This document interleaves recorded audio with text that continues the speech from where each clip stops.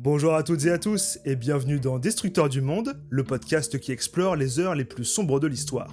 Aujourd'hui, on va en Yougoslavie dans les années 90 pour y revenir sur les guerres qui ont ravagé l'ancienne fédération. Générique.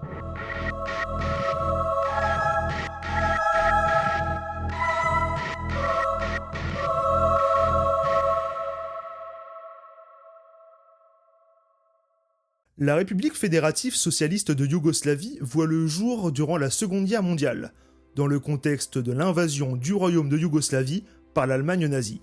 Elle est officiellement reconnue par la communauté internationale le 29 novembre 1945. Ce jour-là, Pierre II cède le pouvoir au maréchal Tito. Cette fédération regroupe 6 républiques: la Croatie, la Bosnie-Herzégovine, la Slovénie, la Serbie, la Macédoine et le Monténégro. À cela s'ajoutent 2 régions autonomes en Serbie, le Kosovo et la Voïvodine. La capitale yougoslave est Belgrade, située en Serbie. Ayant vaincu les nazis avec un soutien limité de l'armée rouge, et Tito adoptant une politique diplomatique et économique distincte de celle de l'URSS, le pays ne s'aligne pas sur Moscou. Ce désaccord, connu sous le nom de rupture Tito-Staline, permet à la Yougoslavie de préserver son indépendance. Toutefois, elle ne rejoint pas non plus le camp occidental. En 1961, elle fait partie des 5 pays fondateurs du mouvement des non-alignés, aux côtés de l'Inde, de l'Égypte, du Ghana et de l'Indonésie. Ce mouvement rassemble des nations refusant de s'inscrire dans l'une des 2 grandes alliances de la guerre froide, l'OTAN à l'ouest et le pacte de Varsovie à l'est. Mais dès la fin des années 1960, des aspirations nationalistes commencent à émerger. Ainsi, le printemps croate voit le jour lorsque la Croatie revendique une plus grande autonomie au sein de la fédération. En réponse, Tito lance une purge au sein de la Ligue des communistes de Croatie pour rétablir l'ordre et maintenir son autorité, tout en accordant certaines des réformes demandées. Il étend également l'autonomie des autres républiques. Avec la constitution de 1974, il parvient à préserver un équilibre fragile entre les différentes entités, tandis que sa politique économique favorise une croissance notable dans les années 70. Cependant, cette prospérité s'accompagne d'une augmentation de la dette qui deviendra problématique très rapidement. À la mort de Tito, le 4 mai 1980, des tensions ethniques, combinées à la crise économique, amorcent un processus de désintégration de la fédération. Ainsi, le 1er avril 1981, une manifestation étudiante éclate au Kosovo. Les protestataires réclament que la province ne soit plus une simple région autonome de la Serbie, mais devienne une république à part entière. La répression qui s'ensuit fait 9 morts et 250 blessés. Quelques années plus tard, le 24 septembre 1986, la publication du mémorandum de l'Académie serbe des sciences et des arts, connu sous le nom de mémorandum SANU, attise le nationalisme serbe. Officiellement rejeté par les dirigeants serbes, dont Slobodan Milosevic, élu président de la Ligue des communistes de Bosnie le 28 mai 1986, ce document influence néanmoins son ascension politique. Milosevic adopte en effet un discours nationaliste, en particulier sur la question du Kosovo. Il promet aux Serbes de la région de mettre fin au mauvais traitement qu'ils subiraient de la part de l'administration albanaise. Son influence s'accroît encore en 1988, lorsqu'il orchestre des manifestations en Serbie et au Monténégro afin d'évincer ses adversaires et de placer ses propres partisans au sein du conseil présidentiel yougoslave. Cet épisode est connu sous le nom de révolution anti-bureaucratique. Grâce à cette stratégie, il renforce la domination serbe sur la fédération, cumulant son propre vote à ceux du Kosovo, de la Voïvodine et du Monténégro. Cette concentration du pouvoir exacerbe les tensions entre Serbes et Albanais au Kosovo, où ces derniers sont majoritaires. Face à l'aggravation des tensions ethniques, économiques et politiques, la Slovénie et la Croatie nourrissent de plus en plus d'aspirations indépendantistes à la fin des années 80. Ces 2 républiques contribuent de manière disproportionnée au PIB de la Yougoslavie par rapport à leur population, alimentant ainsi leur frustration. Dans ce contexte, la Ligue des communistes de Yougoslavie organise un congrès extraordinaire pour sa 14e session le 20 janvier 1990. Ce rassemblement marque l'implosion de l'unité fédérale. La délégation serbe rejette systématiquement toutes les propositions slovènes et croates. En réponse, la Slovénie quitte le congrès dès le 22 janvier, suivi dès le lendemain par la Croatie, la Macédoine et la Bosnie-Herzégovine. Cet événement signe la fin du parti unique yougoslave. Dès lors, des élections libres sont organisées dans chaque république. Partout, sauf en Serbie et au Monténégro, les communistes subissent une défaite électorale, accélérant ainsi l'effondrement de la fédération. Le nationalisme, quant à lui, prend de l'ampleur.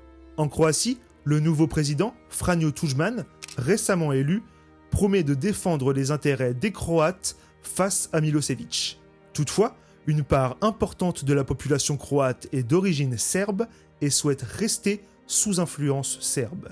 Inquiets pour leur avenir, les Serbes de Croatie proclament la création d'une région autonome au sein de la Croatie. Cet épisode, connu sous le nom de Révolution des Rondins, voit les Serbes bloquer des axes routiers stratégiques à l'aide de troncs d'arbres. En décembre 1991, ils fondent officiellement la République serbe de Krajina. De leur côté, la Slovénie et la Croatie déclarent leur indépendance le 25 juin 1991. Tudjman, lui, ne cherche pas à apaiser les tensions avec la minorité serbe du pays. Son administration soutient d'anciens leaders oustachis, des fascistes ayant collaboré avec l'Allemagne nazie durant la Seconde Guerre mondiale. Dans la fonction publique, les Serbes sont massivement licenciés et remplacés par des Croates, renforçant ainsi le ressentiment au sein de la communauté serbe du pays. Lorsque la Croatie et la Slovénie proclament leur indépendance, des affrontements armés ont déjà éclaté en Croatie entre les communautés croates et serbes. Ces affrontements ont débuté 3 mois auparavant, en mars 1991. En Slovénie, le premier conflit armé débute le 27 juin 1991, soit 2 jours après la déclaration d'indépendance. Cette guerre éclair en Slovénie, connue sous le nom de guerre des 10 jours, s'achève par la signature de l'accord de Brioni.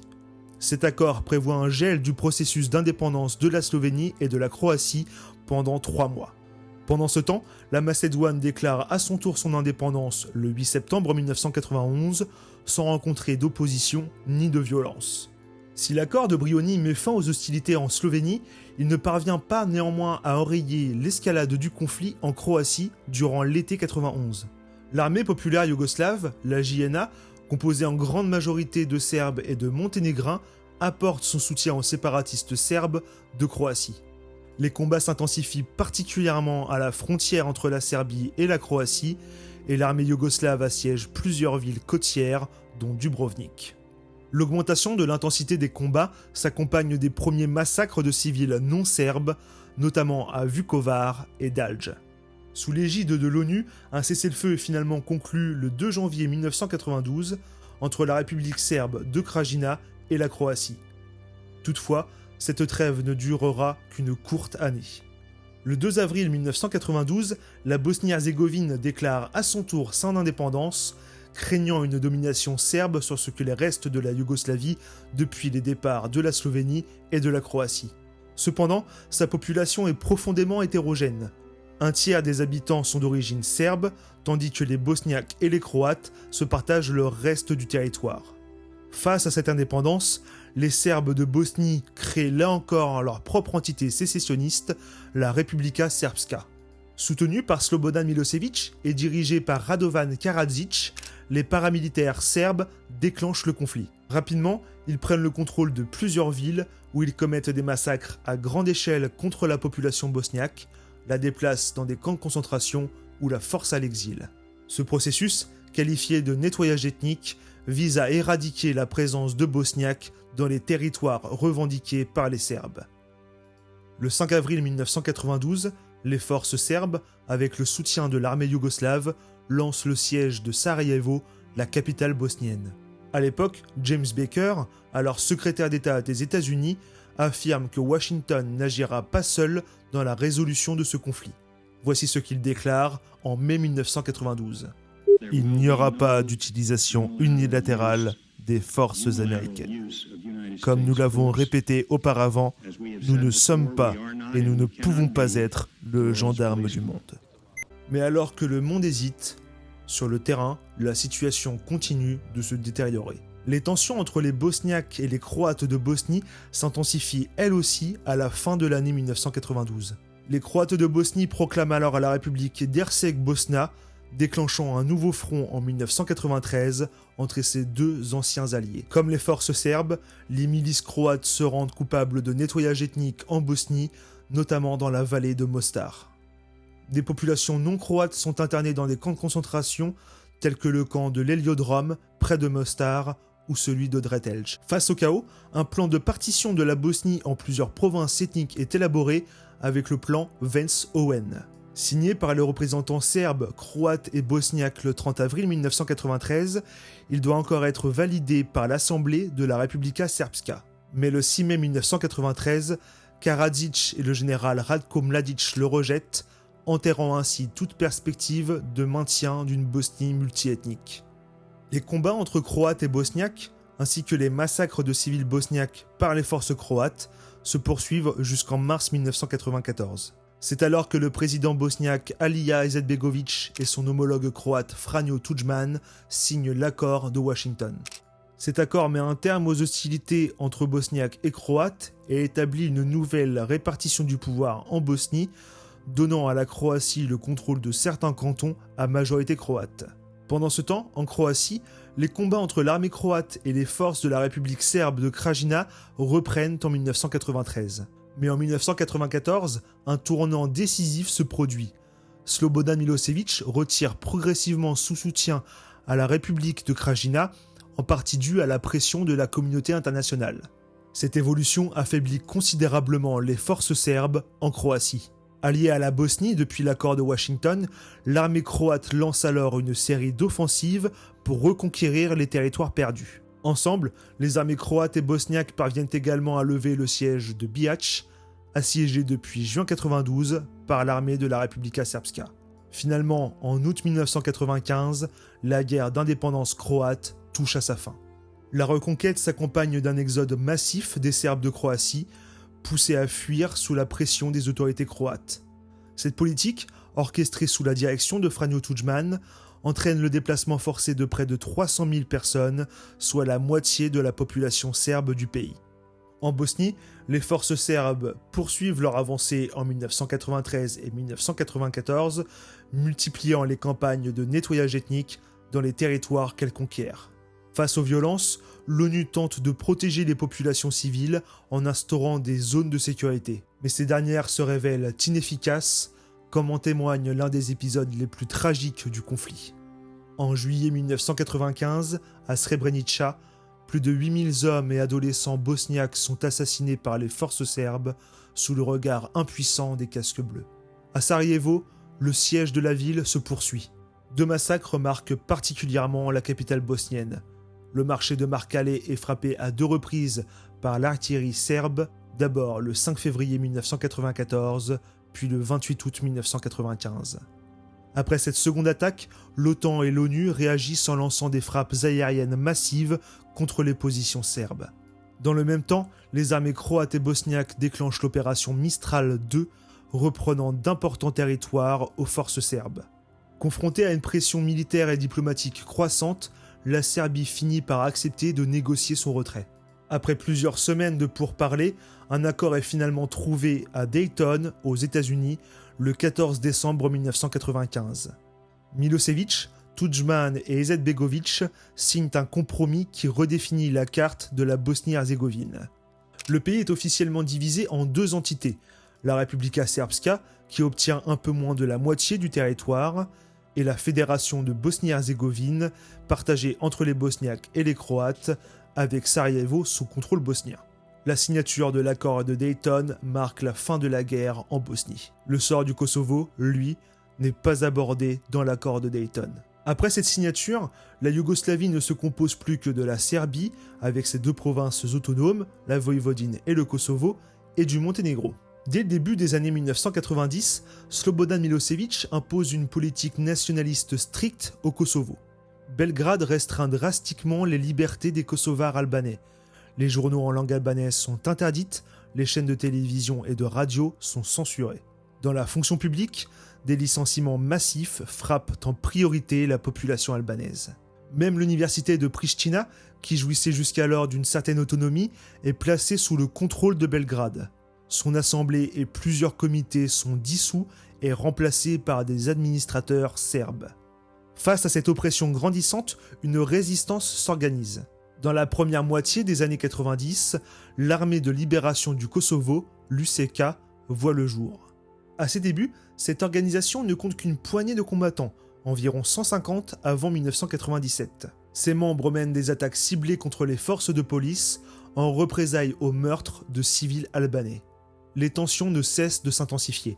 Tandis que l'UÇK multiplie les actions de guérilla, le gouvernement serbe poursuit sa politique de discrimination à l'encontre des Albanais du Kosovo. En 1998, selon Amnesty International, le taux de chômage dépasse les 70% au sein de cette population, illustrant l'ampleur de l'exclusion économique et sociale imposée par Belgrade.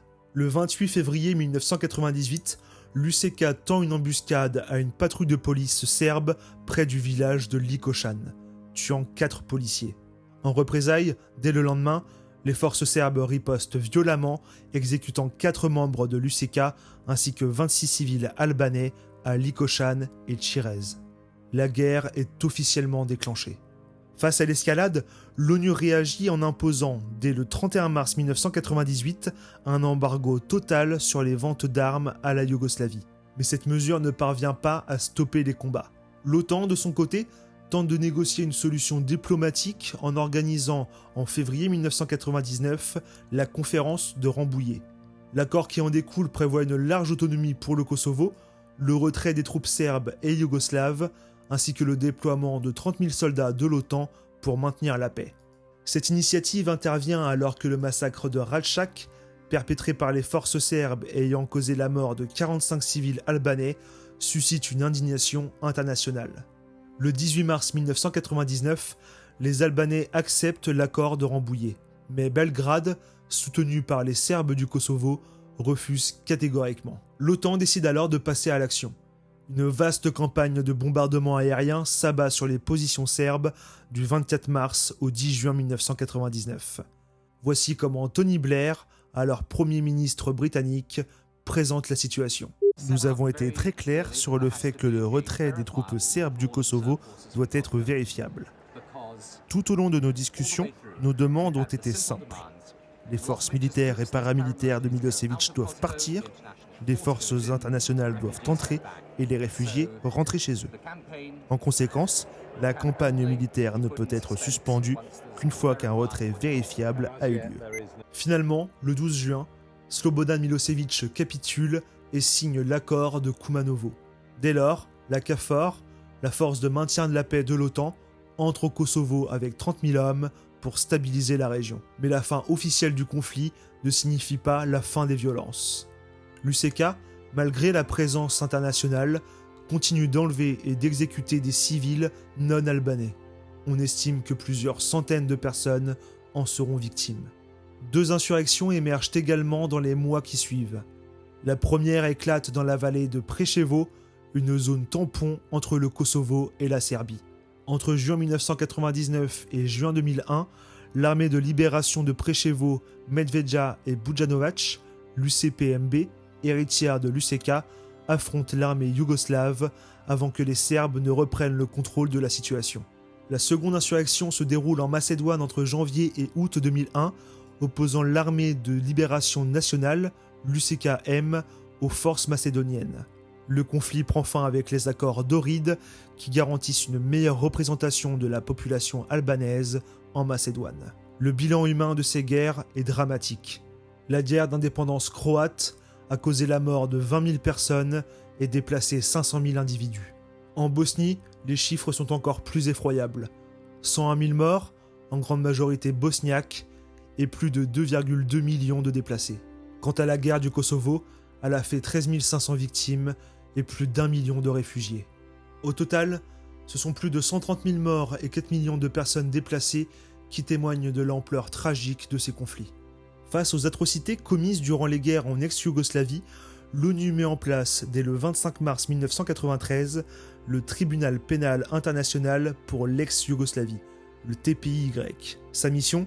Juger les crimes de guerre perpétrés depuis 1991. Au total, 161 personnes seront mises en accusation, réparties ainsi. 94 Serbes, 29 Croates, 9 Albanais, 9 Bosniaques, 2 Macédoniens et 2 Monténégrins.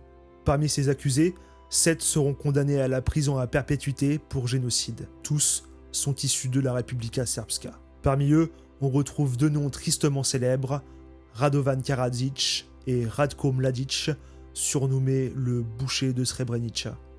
De nombreux autres responsables, appartenant aussi bien à la Republika Srpska qu'à la République croate d'Herseg-Bosna, écopent de lourdes peines de prison pour crimes de guerre et crimes contre l'humanité. Certains dirigeants échappent cependant à la justice. Franjo Tudjman, président croate durant le conflit, meurt en décembre 1999 avant d'avoir pu être inculpé. Slobodan Milosevic, lui, décède en mars 2006 au cours de son procès à La Haye. Après plus de 2 décennies d'instruction et de procès, le TPY clôt officiellement ses travaux en 2017. Mais la quête de justice n'est pas terminée. En août 2015, un tribunal spécial pour le Kosovo est créé afin d'examiner les crimes de guerre commis par l'UÇK. Parmi les accusés figure Hashim Thaçi, ancien président du Kosovo, jugé aux côtés de 3 autres hauts responsables pour crimes contre l'humanité et crimes de guerre. Pendant ce temps, les transformations politiques se poursuivent dans les Balkans. En 2003, la Yougoslavie disparaît officiellement pour laisser place à l'État de Serbie et Monténégro. 3 ans plus tard, en 2006, le Monténégro proclame son indépendance, signant ainsi la dissolution définitive de ce qui fut autrefois la Fédération yougoslave. Merci d'avoir écouté cet épisode de Destructeurs du Monde. Si vous l'avez trouvé intéressant, n'hésitez pas à vous abonner et à le partager autour de vous. On se retrouve dans 2 semaines pour une nouvelle plongée dans les pages sombres de l'histoire. À bientôt.